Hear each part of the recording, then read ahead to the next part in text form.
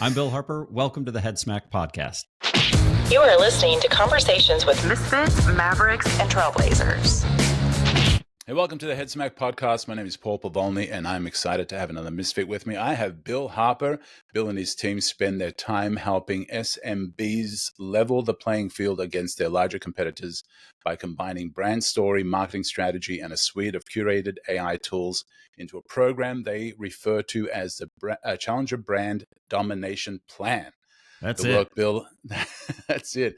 The work Bill has led has generated more than $2.5 billion in new revenue for his clients and helping over 500 businesses. Bill, how you doing, man? Welcome. Very good, Paul. Thanks so much for having me. A little bit of a tongue twister there. The Challenger Brand Domination Plan. Yeah. So many brands have so much potential, but most people don't know the statistics. This is crazy. There are 33.6 million small and medium-sized businesses in the United States. Enterprise businesses only represent 1% of the businesses in the US, despite the fact that everybody chases them. And these businesses fail far more than they succeed. Out of the businesses in the US that will ever reach $1 million in top-line revenue is only 4%. Wow.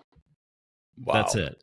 And of the entire 33 million, 0.4% will ever hit $10 million in top line revenue. So basically, even if you've got the world's best mousetrap, the odds are stacked against you unless you know how to position yourself in the market the right way so as to share your value. And I think online has done a real disservice in terms of like, hey, look, Kim Kardashian did it overnight, right? Like people have got these success stories that are completely unrealistic in their head. And so they go out and they're like, but my pen is better, and nobody buys it and they can't figure out why. And eventually they crumble. So our job is to help them do that. And with AI now, for the first time ever, they truly, truly can. There is no barrier to production fee any longer. Yeah. And that's pretty exciting to be a part of. Man, I'm going to dive into that even more and unwrap it and definitely talk about the Challenger Brand Domination Plan. It sounds like it needs the Challenger Brand Domination Plan. That's exactly Sunday. Right? So let me hear a little bit about your origin story, kind of where you started. You can go as far back as you want. How did you become the brand boss, and kind of what was that journey like? Well, so brand boss is actually a misnomer. The notion behind brand boss was to make brand bosses. The idea was never that I was the brand boss. That wasn't supposed to be the point. And yet that's what it wound up becoming. Is everybody's like, oh, it's the brand boss. It's Bill's the brand boss. So our whole thing is to get out of the way. Businesses really understand how to make their own thing, but they don't know how to market their product. And that's where this concept came from. This is my 5th advertising agency. I've been in the business 36 years. I started at Darcy, DMB&B's flagship office in St. Louis, working on Anheuser-Busch cursorily and Blockbuster Video and music at the time and Enterprise Rent-A-Car and a bunch of stuff like that. And what I had a chance to see was how these businesses used the same strategic structure. Now, their solutions were different, but they had the same fundamental structures on how they built their messaging. So what I did was I fell in love with giving that same playbook to small businesses. If you can just get them to do it, what happens is that they scale very quickly. So that has become a lifelong passion, and I have followed it for the last 20 some years in owning businesses of my own. All of them focused on helping businesses scale. So that's what we do. So how did you get into the agency world? Like, was that your first job out of college? Was that something you kind of fell into? Yeah. So I went to school, as I think everybody does. I mean, the handful of people that I know that actually did the thing they went to college for is very, very small. So I went to school with a host of interesting things behind me. I was doing engineering. I was doing electronics. I was doing theater. I was doing art. I was writing. Like I had a whole bunch of these disparate things that I just really enjoyed doing. And when I got to the time to make a decision, what I really was passionate about at the time was cars. And what I wanted to do was design sheet metal. I was a huge fan of Pininfarina and all that their organization had done to shape chassis. And so I went into mechanical engineering thinking that I was going to go do that. And my mother famously said, "You're about as much of a mechanical engineer as I am a toaster. But if you really, you got the grades for it, and if you want to go tell the world that you're an engineer, go ahead." And she was absolutely right. So I left engineering school and went over to business school thinking, okay, well, the engineering thing was far too rigid for me, and I didn't particularly care for the detail of the math and the rest. I was like, yeah. So I went over to business thinking, okay, well, I'll just apply to business and that'll be great. And found them to be just as narrow as the engineers were, but just in a different way. And so I was literally walking around campus. This is sort of this famous story in my family, but I was walking around campus trying to figure out what I was going to call and tell my parents, because I was going to change my major again. And I happened to walk through a building that I had never been through. And it was kismet. I was walking through it, and it was the visual communications building. And it was one of those times where they have the visiting guests that the students have been working on, and they make their presentation, and then the guests judge their thing. And I was like, I don't know, I was just thinking about stuff, and I walked by and I kind of caught somebody saying, well, if you want to sell this much by this time, you have to market this way and do this thing. And I literally sat down in the hallway outside this door and watched for 2.5 hours. And I stood up and I was like, I called my folks and I said, there's this thing called advertising. This is what I'm supposed to do with my life. Like, this is this combination of, here are these ideas that you have, and here's a strategy, and here's this insight into people, and here's. And it just, like, I just fell madly in love with it. And I was like, here, finally, I get to put all those Legos together, and I've just never looked back. Wow. And so you never came to the branding space through creativity as far as being a designer. You came through it from a point of strategy.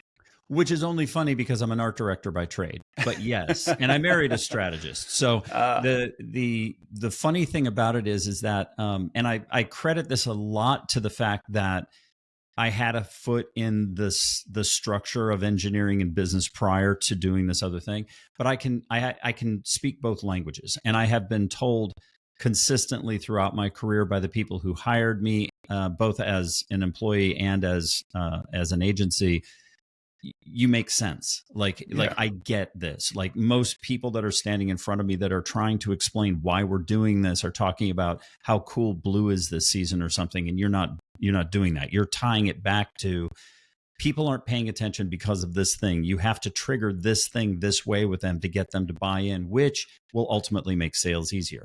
Once they understand the mechanics of that, then the conversation gets smoother very quickly. Right. And so when you discovered this by, sitting in the hallway, listening to this lecture or listening to this event, so you graduated from that. What was your first job? First job was at a very small advertising agency in St. Louis called Hughes Advertising. And it was a great immersion into the world of marketing, because I was hired along with a copywriter and an account director for a piece of business they didn't get. And 6 months later, we were all marched into the business and fired on the same Friday. So I got the whole start to finish immersion right off the bat. But what wound up coming out of that was great. And it was that I wound up having just enough experience at that point that Darcy considered me seriously. And so I wound up getting a position over there working initially on Blockbuster Video. And, that once I was in the hallways, they weren't going to get rid of me. Right. So at that point, that's where I lived at the agency. Like, anybody I could talk to, any project I could do, you need me to run, get cigarettes, no problem. Like, we were there until 3 a.m, filling in storyboards with benzene markers in a room with no windows. It didn't matter to me. I had to learn about the industry. And so I went nuts for it. Yeah. I came into the industry. Well, when I went to college to study design and stuff, I mean, there were no computers when I was doing it. And so It was gouache, and it was, drawing stuff out. And if that had stayed like that, I don't know whether I'd be in the industry. I'm so thankful for computers. I'm so thankful they came along. They were just coming in. When we went to Darcy, it was back so far that there was a computer lab and you had to get time on the computers. Like, nobody had a computer back then, which, today people are scratching their head. Like, what do you mean nobody had a computer? They got a computer on their wrist, right? They're not even thinking about it. But back in the day, you didn't have that, and all of your memory was on these huge SyQuest disks that you had to carry around that weighed 30 pounds and were completely unpredictable and would lose data all the time. And so like you protected them like, a mother hen. So yeah, the thing has come a long way. The guy that I spoke to that owned the corner office on our floor, the day I met him, was hand lettering Bodoni for the company Christmas card. And I walked in and I looked at him, and he was like sitting there lettering out. And I said, "What are you doing?" And I'd never seen anybody hand letter. And he looked at me like I had three heads. He goes, "I'm typesetting." I was like, "By hand?" He goes, "Well, yeah." It blew my mind. I was like, "What do you mean you're typesetting by hand?" He was like, I said, "Is that a particular font?" He goes, "Of course." Like he had, even in that short window where the original Macintosh, like the 1984 Macintosh, had been introduced and was just being adopted into these things, typesetting was going away. Like all of that, by the time I arrived at Darcy, he was 60 years old and was sitting over in a corner crafting a thing that he had done every day of his life for his entire career. And I had no appreciation. I mean, I had an immediate appreciation for it, but I had no clue that that was even the case. I had never seen type that didn't come out of a type book, was a part of letterpress set, or was something on the computer. I didn't even know hand setting was even a thing. Yeah. So like, it was a fabulous education. I mean, he literally like said, "Take a seat." I was like, "I just got here. I don't even know where my office is." He's like, "That's fine. Sit down. Shut up." Yeah. And it was the beginning of a truly fantastic appreciation for the craft, the art of it all. And I think that's the piece that's so interesting now, is when creativity is a commodity, I can produce anything. Now, all that's left is the strategy and the idea. That's it. Everything else is, you're not going to pay more for it than you're going to pay for a pen, because you're not going to have to. Now, all that's left is the thinking. This is going to be really interesting time. Yeah. Well, and I think, when you're having to do stuff by hand like that, and I remember letraset and rub down lettering and all of that stuff. The nightmare that was, yeah. That was bromide machines, all of that stuff. I remember in college, we were the same way. We had a computer lab, but nobody knew how to do anything on the computers because there wasn't instructions. There wasn't. And once you created something on the computer, there wasn't a way to get it off. Like there wasn't printers that could handle anything in color, or you had a little bzz, bzz, you're like, there it is. Tear off the dots. And so we would literally take photos of the screens with our artwork. But one of the things that is interesting is when you're having to do stuff by hand and when you're having to do stuff manually, is you approach it with a lot more strategy. And I think sometimes you can miss the strategy because you can get to creativity faster now, right? Yeah, absolutely. And I don't think people understand that strategy is the only thing that makes relevance possible. Like, okay, so OMG to Pine, right, caught everybody's attention for a minute. And actually, of the ones that are out there, if you compare that to Nutter Butter's goofy, like acid trip unhinged thing, Nutter Butter didn't really have a strategy behind it, or at least not one that I could decipher.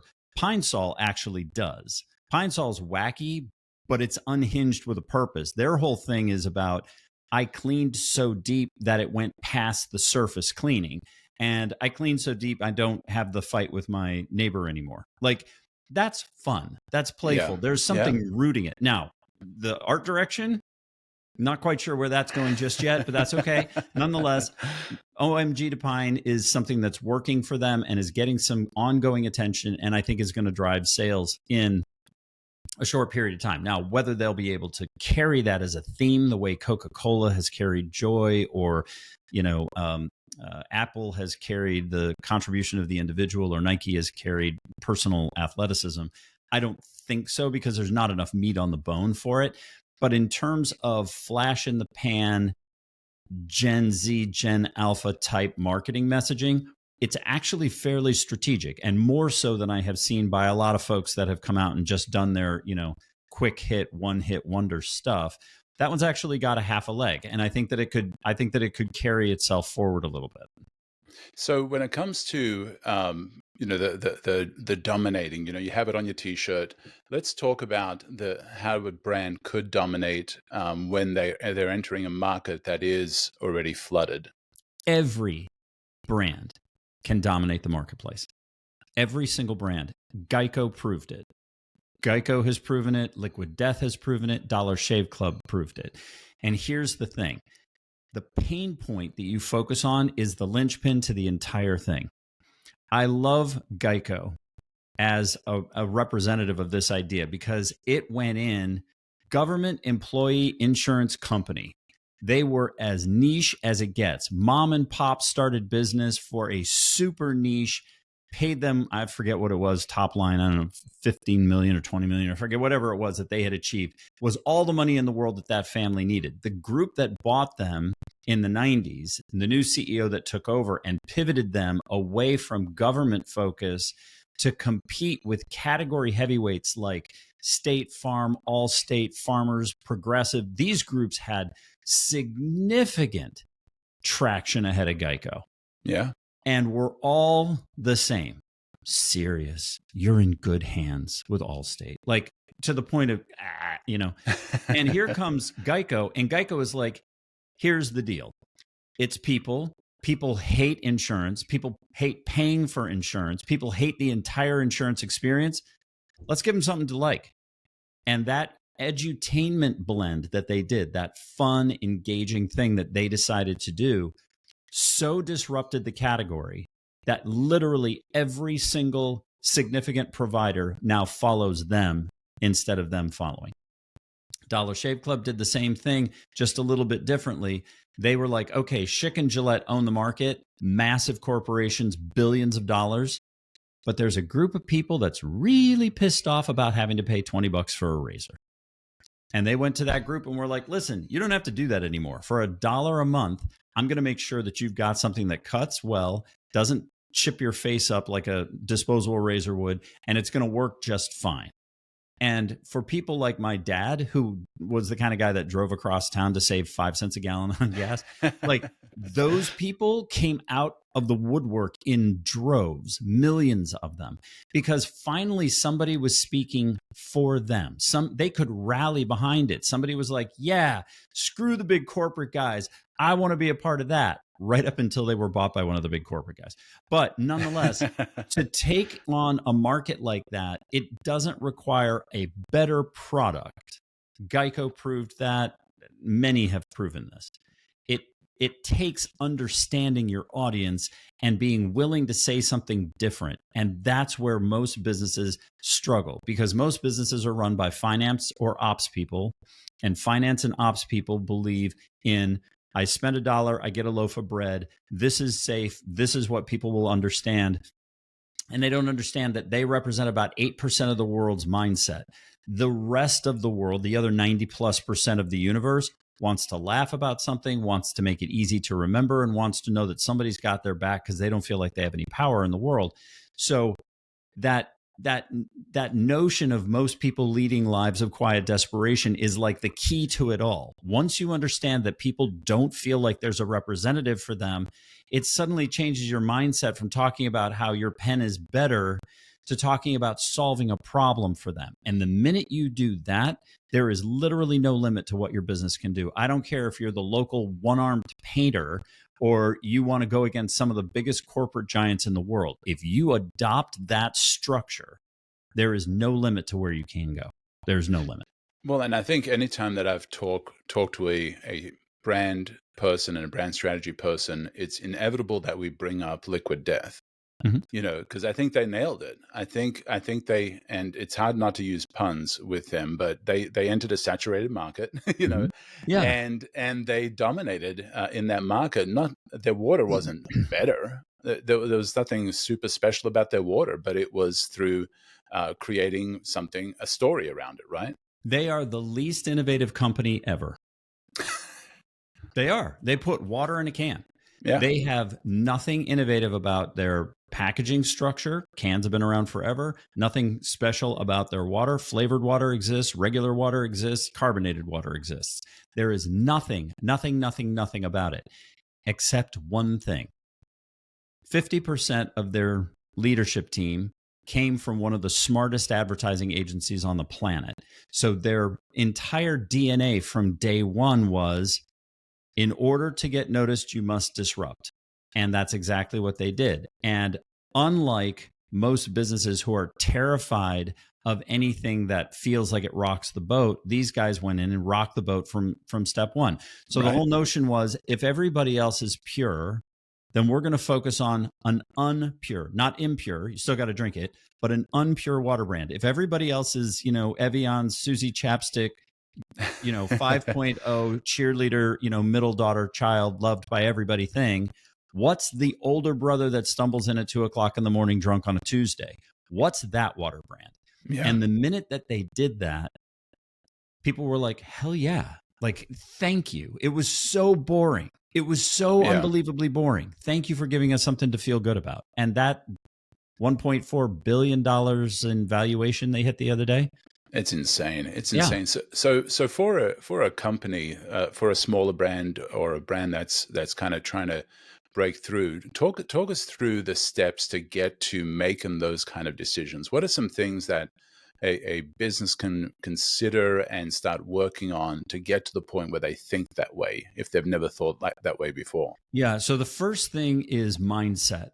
Okay. Customers only look at things through one lens. What's in it for me? Period.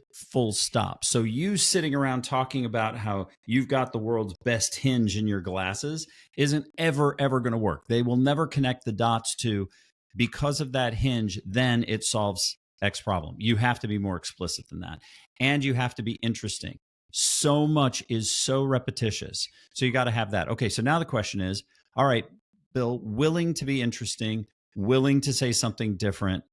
What do I talk about? Okay, fair. So now let's go back and take a look at what it is that you do really well, that you can be profitable doing, that solves a pain point you can easily identify, that you can be profitable at. That's it. Like, it's super simple. So if I take a look back at my client list and I see that the thing that we solve really well is businesses feel stuck and we get them unstuck. Stop talking about anything else. That's the only thing you talk about. If you're a small business owner between 1 million and 5 million and you cannot hit 10 million, I have the answer for you. Stop feeling stuck. Period. Every single message you do ladders to that same idea. Every single sales deck you have ladders to that idea. Every promotional piece, every package, service bundle, product bundle, every bit of it goes to that one thing. And then go out and stand on that one button. And make sure when you do that, now you got to take a look at the category. Chances are extremely in your favor that nobody is saying anything like that. But do your homework. Go make sure that you're not, running into the American auto market and saying, we've got the safest car in the world against Volvo that spent the last 80 years telling everybody that they have the safest car in the world, because you're not going to win that battle. So the whole idea is, find the one thing that you're really good at and then say it differently. Now, the big argument that I hear back from businesses when I tell them this is, well, we do the same thing that other people do. Go back to insurance. Okay. Everything you need to know is right there, and international spies. I'll use that one in a second. So in insurance, Geico came out with 15% or more in 15 minutes or less. Okay. Little cute character that has a foreign accent. Nobody can quite identify which one it is, Australian or British. Nonetheless, sounds smart, sounds insightful, talks about two things that are important: my time and my money. Okay.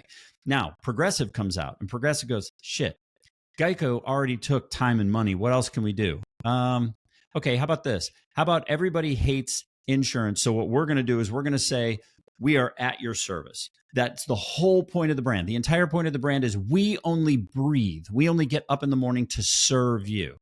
Flow.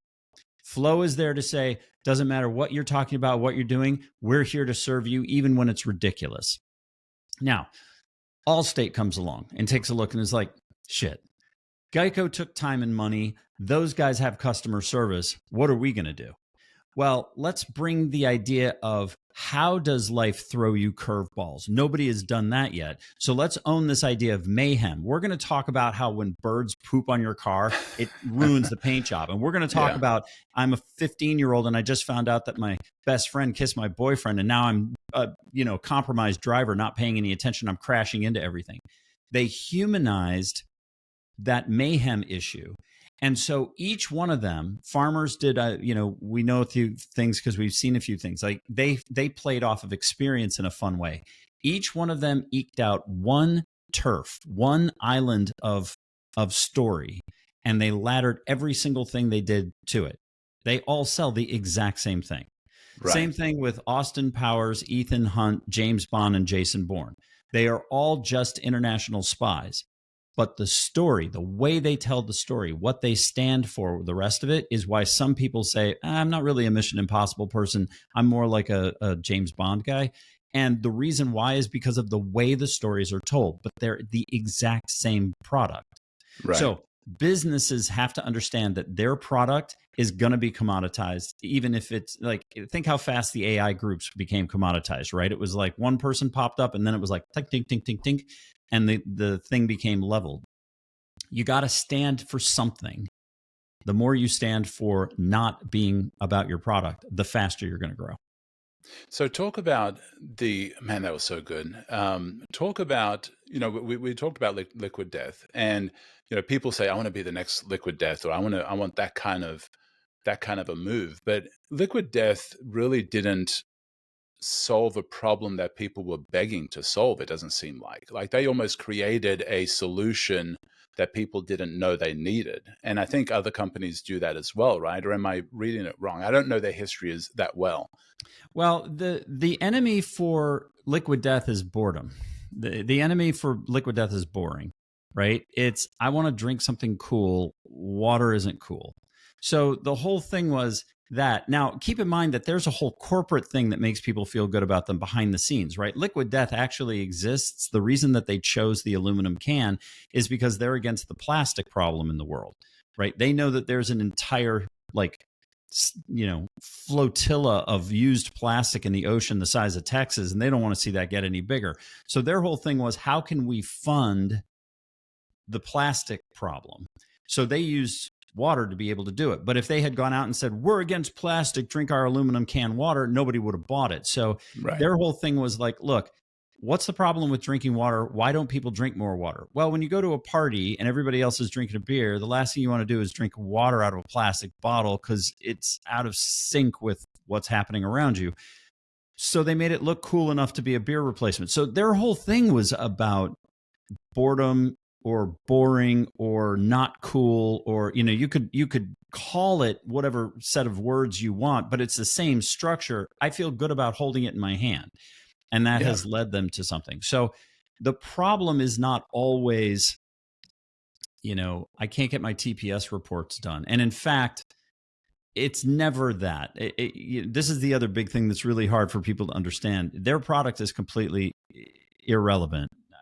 Just like we are irrelevant to our customers. They only care about us because they see us as a potential path to the success that they want to have. So it's like nobody buys software because the software is new. They buy software because their boss is on their back because they can't get their reports done on time. The software promises to do the reports in half the time. Therefore, the person is motivated to buy the software. That's how it works. That's how it really works. And so, when people come out and they're like, we made better software, it's like, so what? Nobody cares about the software. They only care about the outcome. If the software is successful in providing the outcome that was desired, which is really changing my life for the better, then it works. And so I think Liquid Death did that on a number of fronts. I think that they made it fun to drink water, which was really hard because water wasn't fun. Water was boring as hell.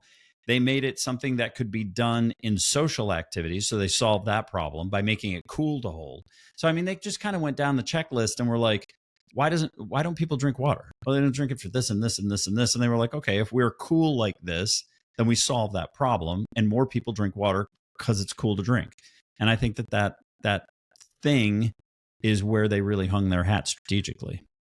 So when somebody comes to you, and they want to be a challenger brand, they want to stand out. Maybe they're a chiropractor, maybe they're, some sort of a home services industry type person. What are some of the tools that you first whip out to help them to get to that place that you help them to maybe even switch their mindset about what they're doing? We have a presentation that we do called Branducation that everybody just loves. I have been asked more times than I can count. Please put this up online and sell it so that people can share it and understand it. But in essence, it's exactly that. It shows them how they can get there. There's a tow truck story that I tell that really gets people over the hump. And it's, do you want me to share it real quick? Yeah, absolutely. All right. So here's how this all came to be. I was on my way to a meeting with a big healthcare company, and there were a bunch of people in the room. And I had the presentation, but I mean, it was like several levels. Like we had a senior VP and we had like assistants, right? Like we had this massive thing. And I needed to get everybody in the room on the same page. So we had this little agency introduction thing that was, I don't know, 10, 15 minutes long, whatever. But as I was on my way to the thing, I was like, I really need them to feel what it means to be marketed to the wrong way. Like they need to understand it. So I walked in, I sat down and I said, everybody waited for the senior VP to come in, and he came in and sat down and I said, all right, you have two choices. I can either give you this really quick 15-minute introduction to the agency, which is good. We only have 2 slides that are about us, chuckle. Or I can tell you a 90-second story about a tow truck that will instantly unify everybody about the real purpose of brand in a way that you'll never forget another day in your life. Which do you want? And he was like, well, I'll do the story. And so I said, all right, so here's the story. Story is that you have been planning for something for a while. Don't know what it is, don't care. Biggest sales event, you're emceeing your parents' 50th wedding anniversary, doesn't matter. But today's the day. And you get up and you're in your Sunday best and you've got your note cards or your presentation or whatever, and you're all excited. And you sit down in your car in your garage, you look at your watch and you're feeling great because it's only a 30-minute drive to get there and you've got an hour to do it. So you're going to have a 30-minute cushion when you get there. Things are good. But as you roll up the door, you see that it's raining and sleeting and nasty outside. And it's like, okay, whatever. And as you pull onto the highway, the worst possible thing happens. You pop a flat. Now, normally you'd get out and fix it, but you're in your Sunday best. You're on your way to this thing. It's raining cats and dogs. So you decide to call the tow truck. Now, it takes the tow truck driver 15 minutes to get there before they've done any work, cutting in your safety cushion by half. Person walks up, knocks on the glass. Did you order a tow truck? Yeah. You say, looking at your watch. I did. You made the right decision calling our towing company. Our towing company has been in business longer than any other towing company in the world. We have a more rigorous hiring process than anybody else. And in fact, we have been awarded more times than anybody else for that process. Now, when you take a look back at that truck, nobody else has that truck, just us. We did a special thing that's proprietary with Mack Truck to make sure that your second biggest investment, your car, would always be safe. Now, the tires on that are where it's really special. We worked with Michelin to make a special polymer that would never slide in the rain. What are you thinking about this entire time that this idiot is talking? Shut up and fix my tire, right? Now, same driver, same truck, same service, same everything. Only this time he knocks on the glass and says, knock, knock, knock. Did you order a truck? Yeah. You say, I did. Great. Our motto is on the road in 10 minutes or less. We know you've got things to do. Sit tight. Who are you going to avoid like the plague? And who are you going to tell every friend about? Yeah. Same company. They just don't understand that impact is so profound. The second driver is Nike, Apple, Disney, Dollar Shave Club. They position their messaging through the lens of what's important to the person hearing it. The first is the 99% of businesses that are out there talking about their better clicker on their pen.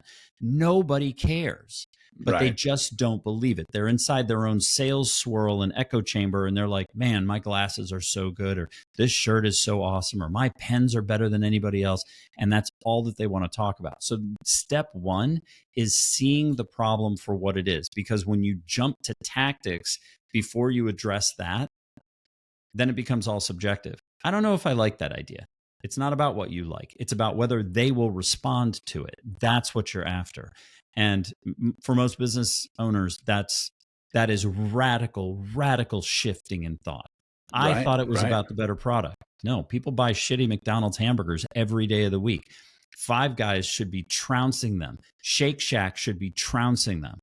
But it's good enough. Like I know I can go there and I can get a burger and fries right now, on any corner in any city, anywhere in the United States, and it's good enough. That's how people buy. They buy the products they like the best, not the best products. And that notion is so hard for business owners to wrap their head around. They just can't quite choke it down.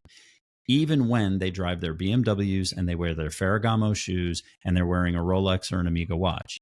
They are absolute victims of it, but they don't recognize it in their own behavior. Man, that is so good. And so, for somebody, that's step one, of course, but that's a huge step for a lot of people. And you shared some extreme value.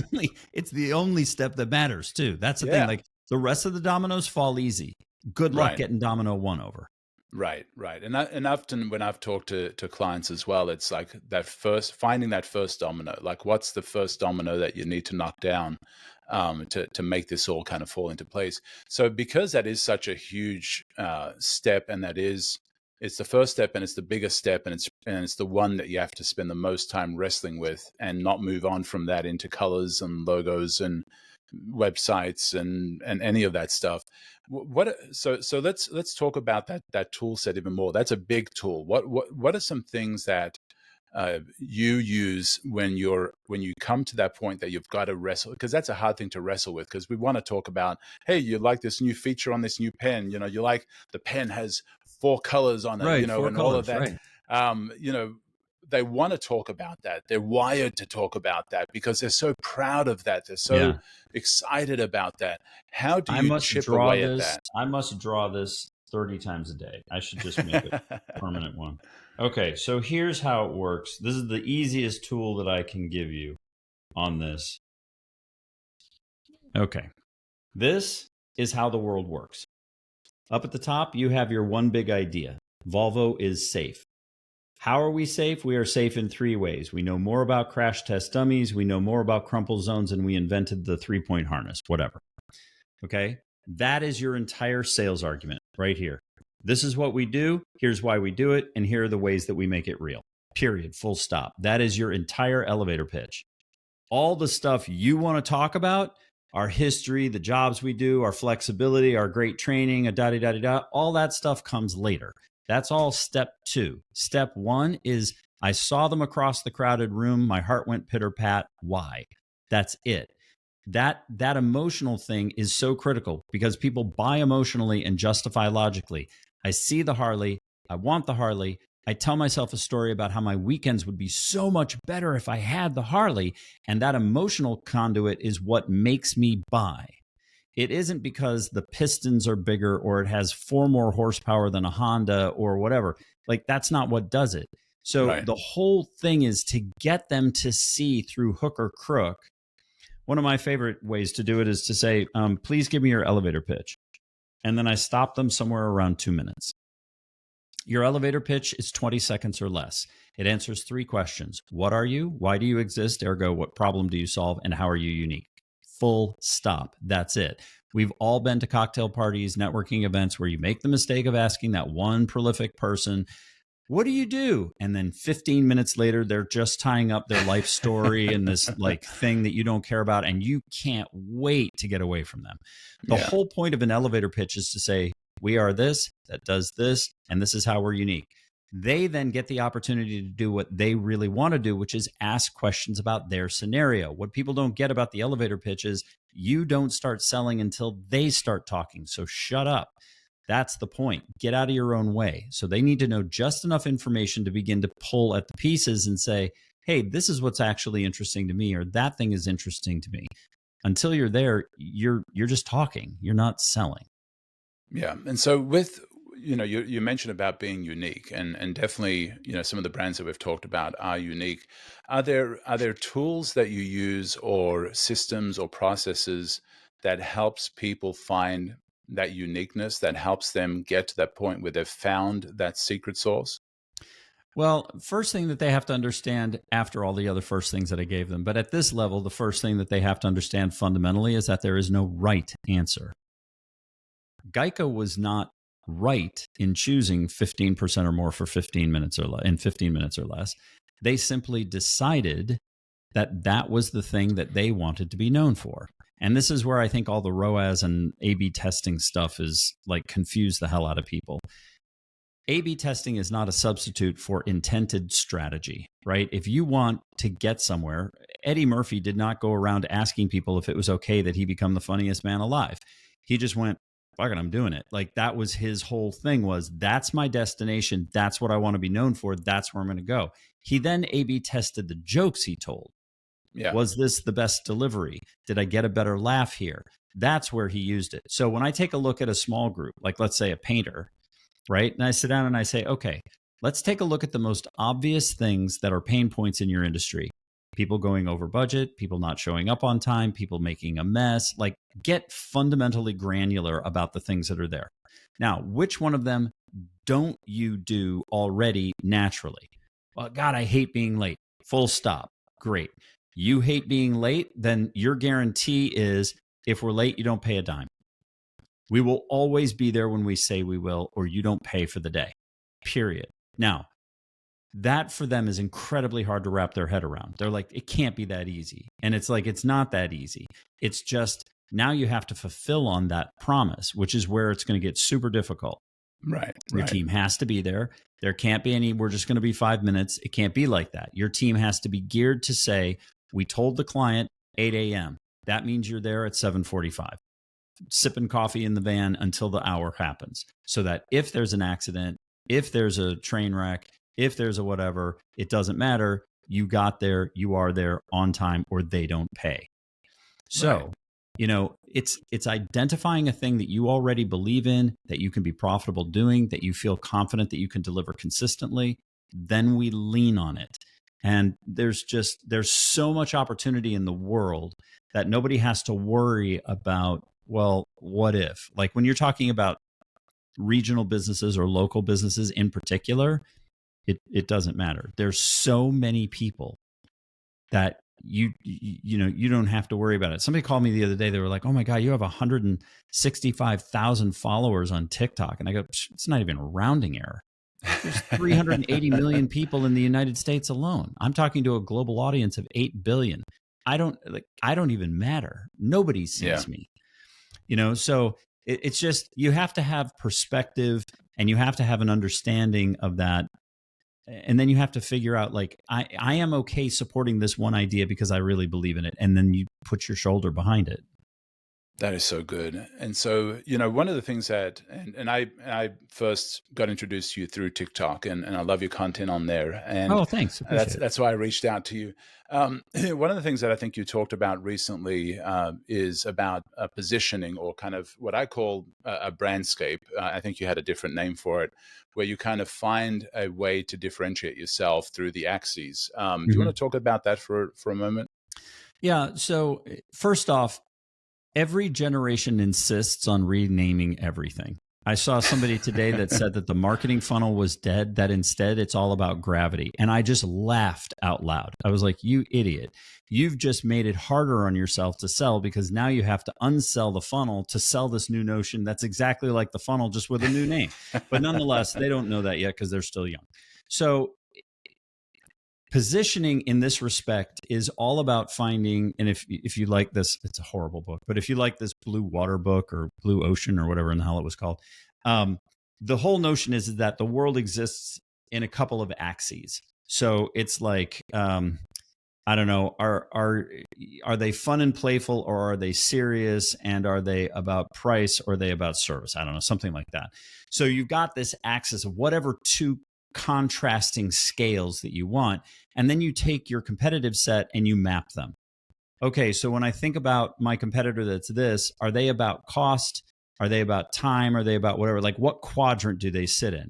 Wherever the majority of your competitors are, you want to be the total opposite. You want to say, okay, that's already in the market and people have that option all the time. What could I do to go the other direction? And I think that's exactly what Liquid Death did. Liquid Death said, which ones are focused on purity, which ones are playful, which ones are price conscious. Like they did kind of a simple grid like that. Everybody was over on purity and price. Discount, pure water. So they were like, okay, premium and funny and, like impure, whatever. There was nobody else over there. So Right. It made perfect sense. It was like, this entire quadrant belongs to us. Nobody else is over here. And so when they went out, there was no competition. Who are they competing with? That's the beauty of the thing. And people are like, well, they're competing with other water companies. Not really. No, they're competing with soda. They're competing with beer. They've elevated themselves to where they're not even a consideration on the waterfront anymore. Now they're saying you don't have to drink a beer at a party. We got you. You can drink water and feel perfectly good about it. Yeah, and they created they dominated in an area that nobody else. It was dominated in an area of one, because they created this whole new category for themselves because they did that exercise, whether literally or mentally, but they kind of found that spot that just allowed them to excel in it. And so, are there any other tools that you like to whip out? We've talked about so many good ones, and I want to make sure that we don't miss any, especially, something very practical that, like I said, a chiropractor or a local service person or whatever can start looking at, that they can say, okay, I need to start thinking about this, or I need to implement this. Are there any other tools that you like to share? The big one is the minute that you talk about yourself, throw it out. And it's just so simple, but I'll have people that will take a look at my TikTok stuff and they'll hear it and they'll write it down and they'll go, oh, Bill, what we're really good at is making the world's best pen. And I'll go, nope, nope, throw it away. A guy sent me this big, long email the other day. I get these all the time. It was like, hey, man, I really love your work. I tried to do this thing. Here's what I came up with. And it's all about them. They might as well be standing in front of a mirror. Oh, my gosh, my hair looks so nice. And my ears are just right. And I've got a pretty smile. And I'm like, nope, throw it away. Burn it. Just burn it. In fact, don't burn it. Put it in a frame and hang it over your desk with a big sign on it that says, never to do again. And use it as a touch plate, like, Notre Dame does when they're going out on the field. Like, everybody touch this every day before you go anywhere. Don't ever do that. We are so irrelevant. We're Stan, what was his name? Turnpike or whatever, the guy on in Harry Potter that drives the night bus. Like, that's it. That's our only role. Our only role is to get you on and off the bus. Shunpike. There we go. So for the Harry Potter fans that are going to send in stuff and be like, Harper, man, get it together. And Shunpike. All right. So that's it, though. That's the sum total of us is we're the guide. That's it. You're the Sherpa on Mount Marketing. Like, that's it on the road to growth. Other than that, they don't care. They're not going to trust you. They don't want to hear about it. Like, they don't want to know about your kids. They don't want to know about your like, they don't care. Like, they so don't care. All they care about is, can I use what you just told me to change my circumstance for the better? Period. End of story. So the minute you talk about yourself, like, okay, for a show of audience for the listeners here, who wants to hear more about my path to becoming an advertising person? Who wants to hear more about my agency? Who wants to hear more about our special processes? You don't. There's not a single hand up. And the one that is in the back that's up is Mom. Hi, Mom. Nobody else cares. Like, nobody else cares. And so don't talk about it. Only talk about, this is the problem. Look how well we understand the problem. This is how you solve the problem. We can help you get to a point where you solve the problem. That's it. After that, nobody cares about the hammer and nail once the picture's up on the wall. They only need the hammer and nail to achieve that goal. Once that goal is done, the hammer and nail disappear into irrelevance again. Right. And I think making a bombastic promise and then keeping it is just so critical. And, that's where you win is. And I think a lot of brands that do that, they're the ones that are dominating in a great way, because they make a bombastic promise and then they keep it. And if you're going to make a bombastic promise, definitely keep it. Don't just make it and then, say, well, 15 minutes, we'll do this, or 10 minutes we'll do that, or 1 hour you get this, and then don't keep it, because then you're going to fail anyway. But look at ways. Remember that building your success is exactly like going to the gym.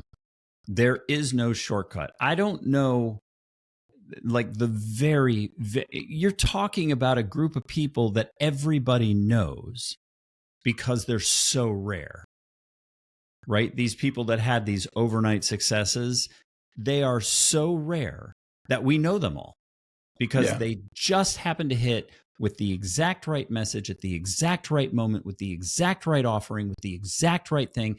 The sun, the moon, the stars, the dirt, the sand was all aligned. And for that brief horizon moment where everything lined up, they just happened to say the right thing at the right moment. They are so rare. It's just like, don't even, it's an anomaly. It's not real. Right. So Right. if you are going to build your success, overnight success is 10 to 12 years, full stop. And you got to look at it as going to the gym. Don't feel like going to the gym? Too bad, go. Don't feel like going to the gym? Too bad, go. Because you can't tell what day it's going to work. But I know that the minute you stop going to the gym, it's never going to work. So the whole thing is you've got to get up and build and build and build until you are so sick of building you can't stand it anymore. But that's the only way that it works. And that's how it works for everybody.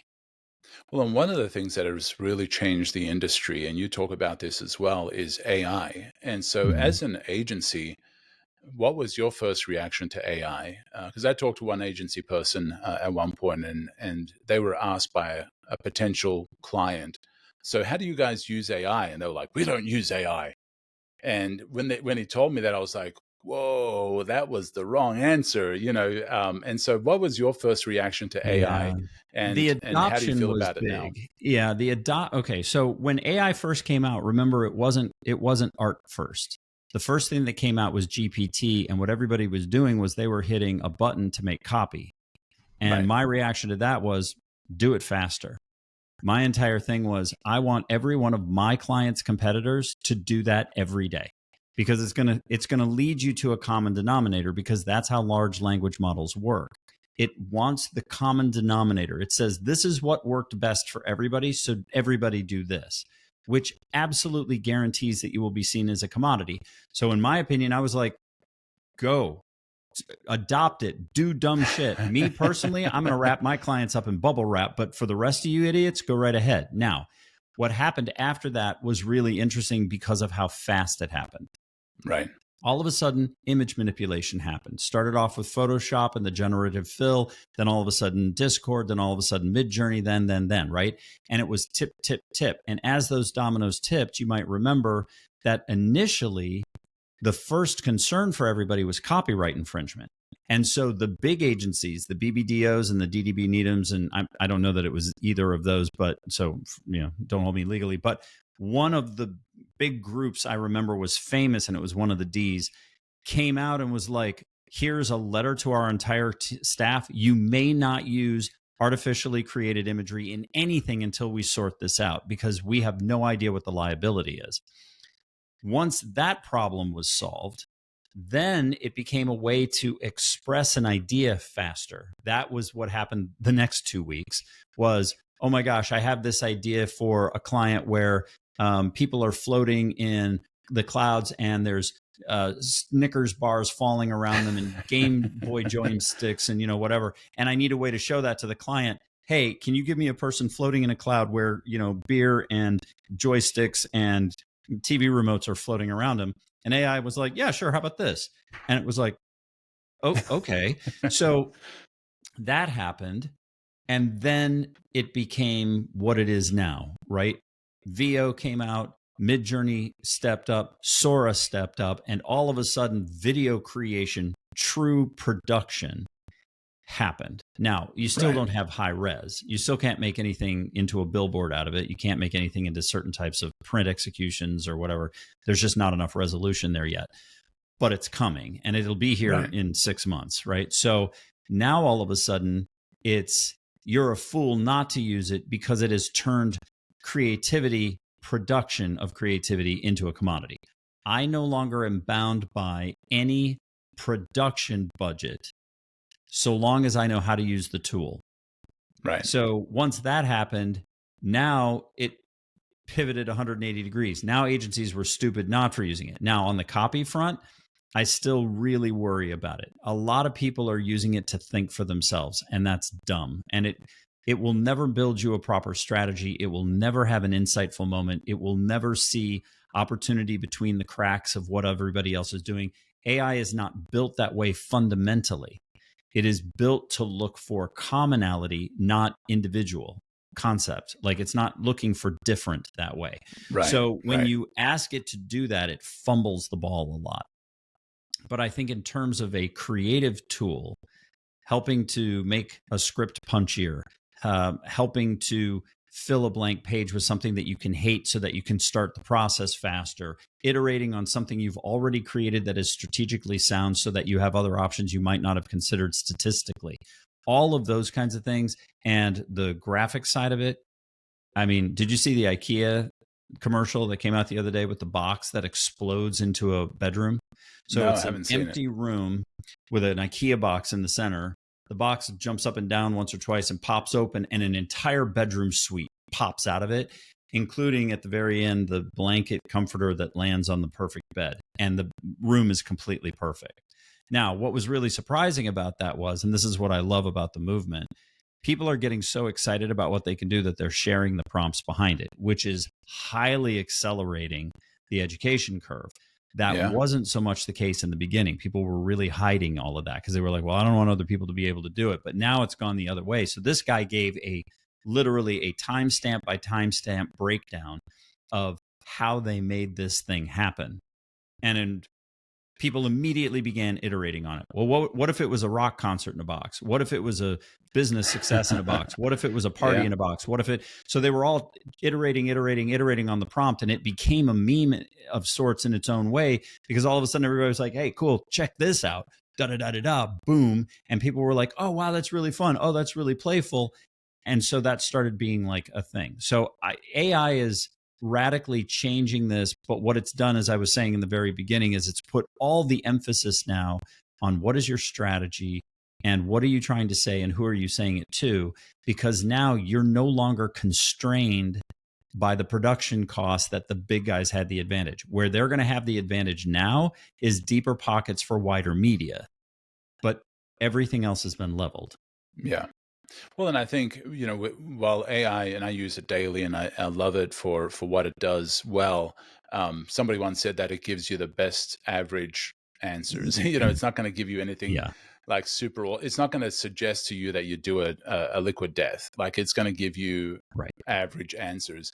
But, one of the things that is truly amazing is that, a lot of the stuff that people are creating is, we're creating it for a medium that doesn't even need to be high resolution anymore. We're creating it for phones, we're creating it for computers, and so there's a lot of people that I've seen creating ads using things like VO and stuff that is truly amazing. But it's not going to give you that strategy that a creative agency or a creative strategist is going to give you. It's going to give you a really good average answer when it comes to copy a lot of times, is what I'm finding now. Maybe and I think people are finding unique ways to use it too. Are you familiar with the whole Mia Zulu thing?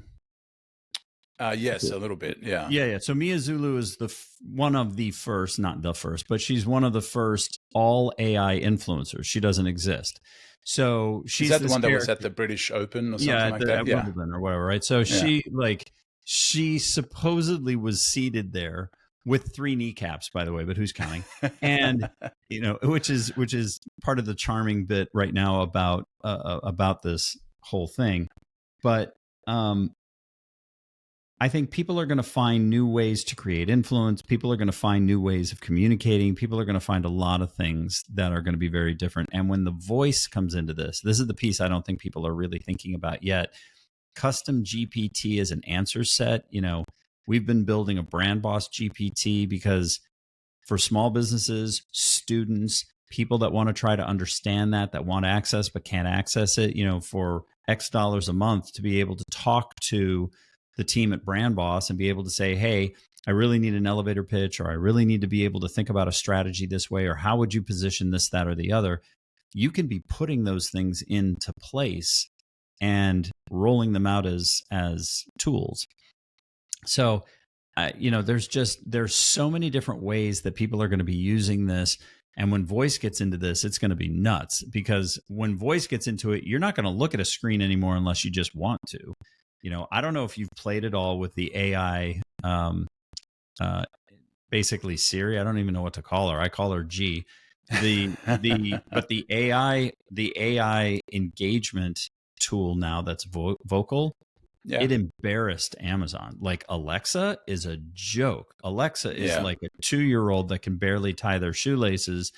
And this GPT thing, once they engage it, and I know everybody's doing that right now with N8N. They're doing it. They're creating Band-Aid fixes because the system doesn't allow it to do it yet.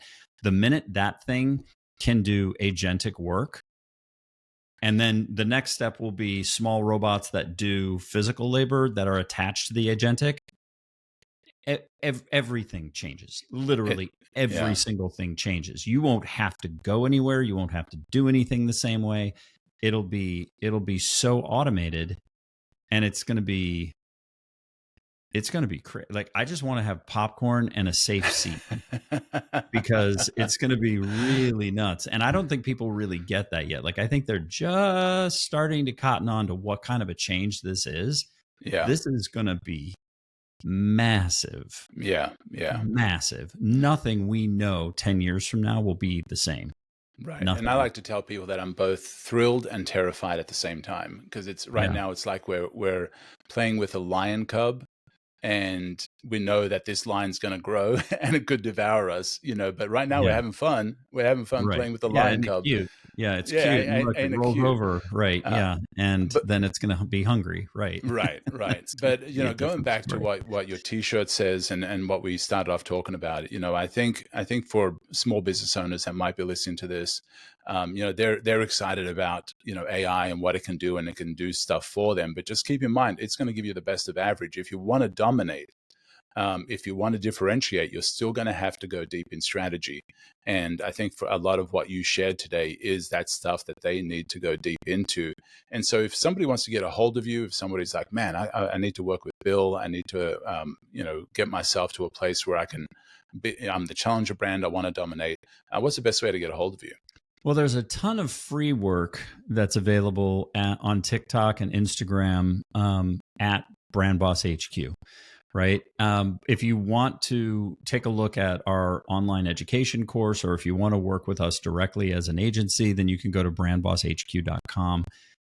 But, all of our social handles are at Brand Boss HQ. So we're super easy to find. And our web address has a pretty specific outlay of the different ways that we work with groups, all of which are packaged. So it makes it super easy for everybody. That's so awesome, man. Well, I usually like to end this by asking a question of, if what's one question or one head smack that you'd like to share that I didn't ask you about?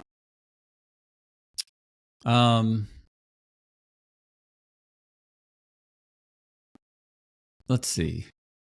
I think the biggest one is that you have to divorce yourself of what is and focus on what if. I think if more people would release protecting what they've already done so that they can get the thing that they want, they would achieve it a lot more often. Man, that's so good. Bill, this has been an amazing conversation, and I appreciate you coming on and sharing so much value. I think this is going to be one of those episodes that people are going to need to go back and listen to it and execute and wrestle with, and like you said, put stuff on the wall and say, never do this. And because Bill said so. So much value. Thank you so much for being on, man. Thanks for having me, Paul. I really appreciate it. Anytime. You are listening to Conversations with Misfits, Mavericks, and Trailblazers.